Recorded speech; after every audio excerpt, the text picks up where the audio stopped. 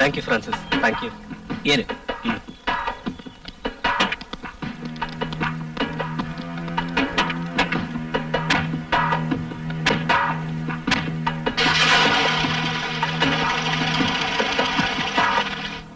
Cheers for your new life. இனி வாழறதுக்கு என்ன இருக்கு? விசு, நடந்ததெல்லாம் மறக்கணும். நானா இருந்ததுனால உன்னை காப்பாத்தினேன், தெரிஞ்சுக்க.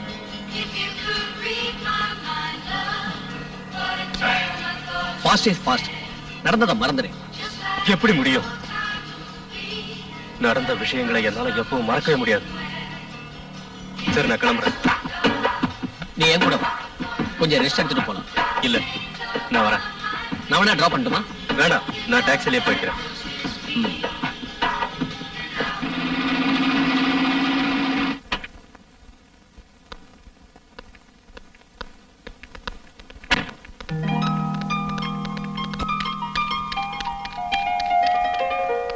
அக்காவும் தங்கச்சி ஒன்னா வரீங்க? இவன் ஷாப்பிங் போகணும்னு சொன்னா அதான் கூட்டு போயிட்டு வந்தேன். நீ இன்னும் ஹாஸ்டல் போவே இல்லையா? வீட்லயே இருக்க? மண்டே தான் எனக்கு எக்ஸாம். நான் நாளைக்கே போயிடுவேன். வா.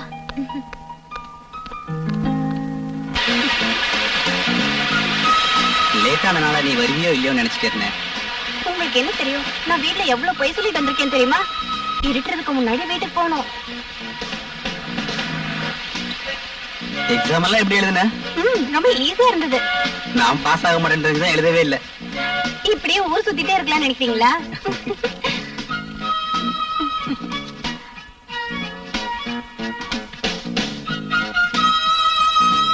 ஷாம்லா, என்ன மறந்துட மாட்டியே? என்ன, என் மேல சந்தேகமா இருக்கா?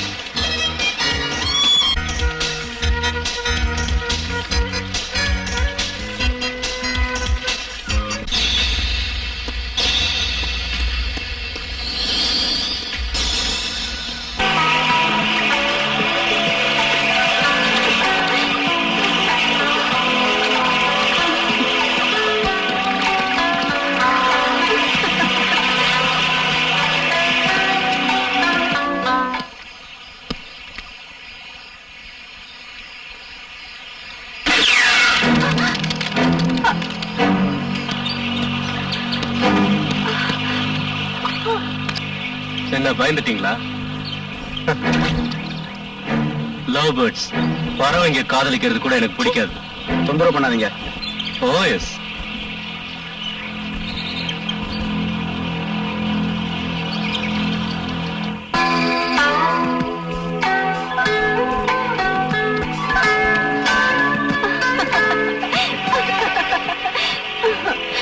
எப்போ இப்படியே இருக்கணும்.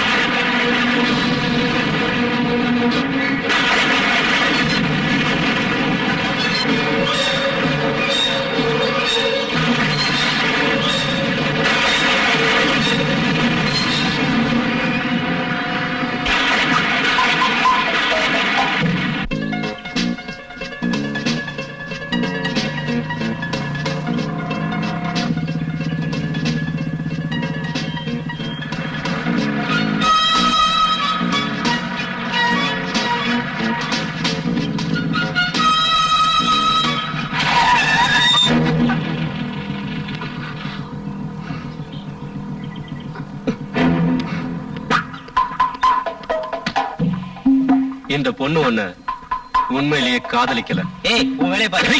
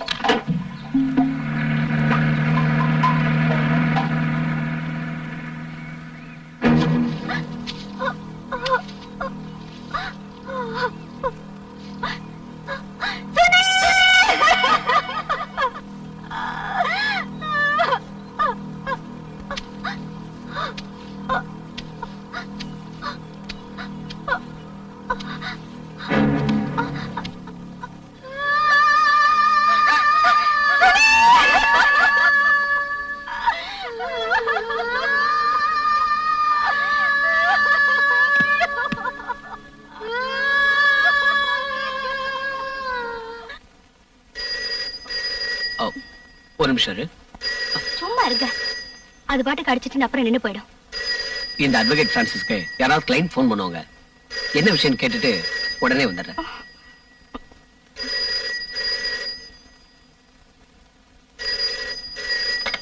Hello, advocate Francis here. என்னையா நடுராத்திரில கொலையா? ஏன் அந்த மாதிரிலாம் செஞ்ச? சரி, நான் உன் கெஸ்ட் ஹவுஸ்க்கு வரேன். பணத்தை எடுத்து வை. ஒன்னும் கவலைப்படாத, நான் இருக்கேன்ல, அட்வொகேட் பிரான்சிஸ்.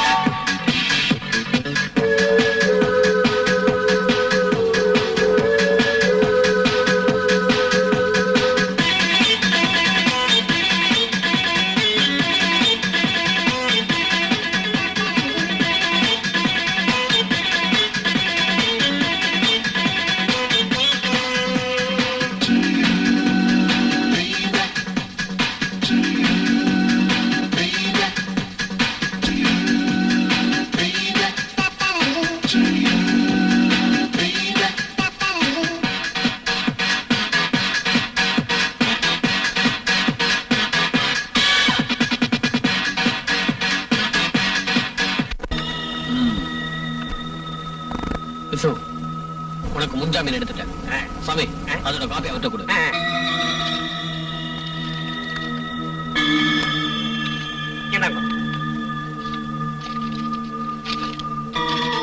பணம் எவ்வளவு செலவானாலும் பரவாயில்ல, இது என்னோட கௌரவ பிரச்சனை.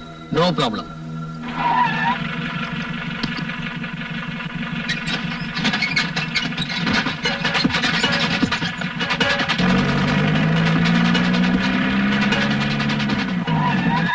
விஸ்வநாதன் இருக்காரா? முதலாளியா? எதுக்கு? எதுக்கா? அவரை மாமியார் வீட்டு கூட்டு போறது. இதோ அவரே வந்துட்டாரு சார்.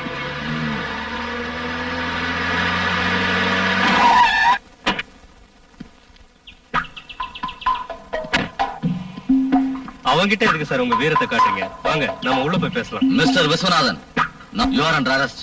என்ன காரணத்துக்காக? அந்த ஸ்டேஷன் வந்தா சொல்றேன். எந்த ஸ்டேஷனுக்கு? ரயில்வே ஸ்டேஷனுக்கா? Shut your mouth. இது உங்க கையில மாட்டுறதுக்காகவே கொண்டு வந்திருக்கேன். இதை என் கையில மாட்ட உங்களால முடியாது. என் கிளைண்ட் கிட்டே ஒரு சமத்தத்தை காட்டியா?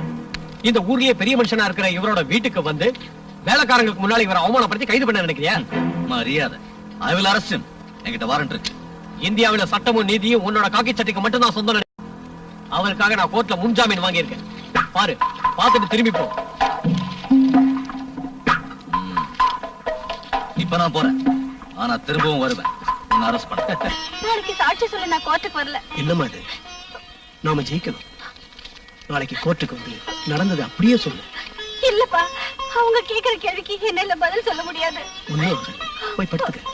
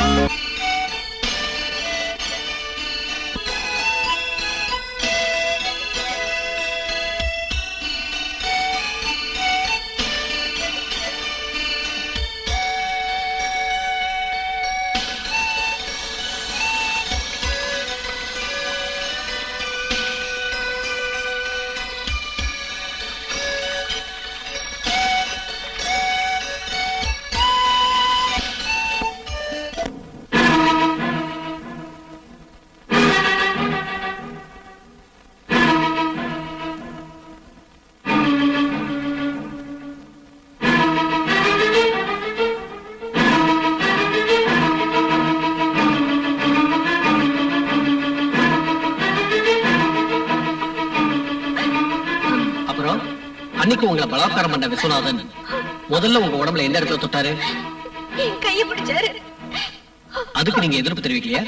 என்னால முடிஞ்ச வரைக்கும் எதிர்ப்பு தெரிவிச்சேன். அதுக்கப்புறம் நீங்க அதுக்கு சம்மதிச்சீங்க. காரணம்? ஓ, விஸ்வநாதன் வாட்டா சட்டமா இருந்தார். உங்க உடம்புல எந்த இடத்தையாவது பலாத்காரம் பண்ண அறிகுறிகள் இருக்கா? ஐ மீன் அடையாளங்கள் இருந்தா அதை கோர்ட்ல காட்டுங்க. ஆதாரம் வேணும்ல? தற்சாலி வர இந்தியன் பீனல் கோட் செக்ஷன் 375 படி ஒரு குற்றவாளி குற்றம் செய்தார் என்பதை நிரூபிக்க பிராசிகியூஷன் தரப்பிலிருந்து அதற்கான சரியான ஆதாரங்களை சமர்ப்பிக்காததால் குற்றம் சாட்டப்பட்டவர் குற்றவாளி இல்லை என்று இந்த கோர்ட் நம்புகிறது. அதனால் இந்த வழக்கில் குற்றம் சாட்டப்பட்ட விஸ்வநாதன் நிரபராதி என விடுதலை செய்கிறேன்.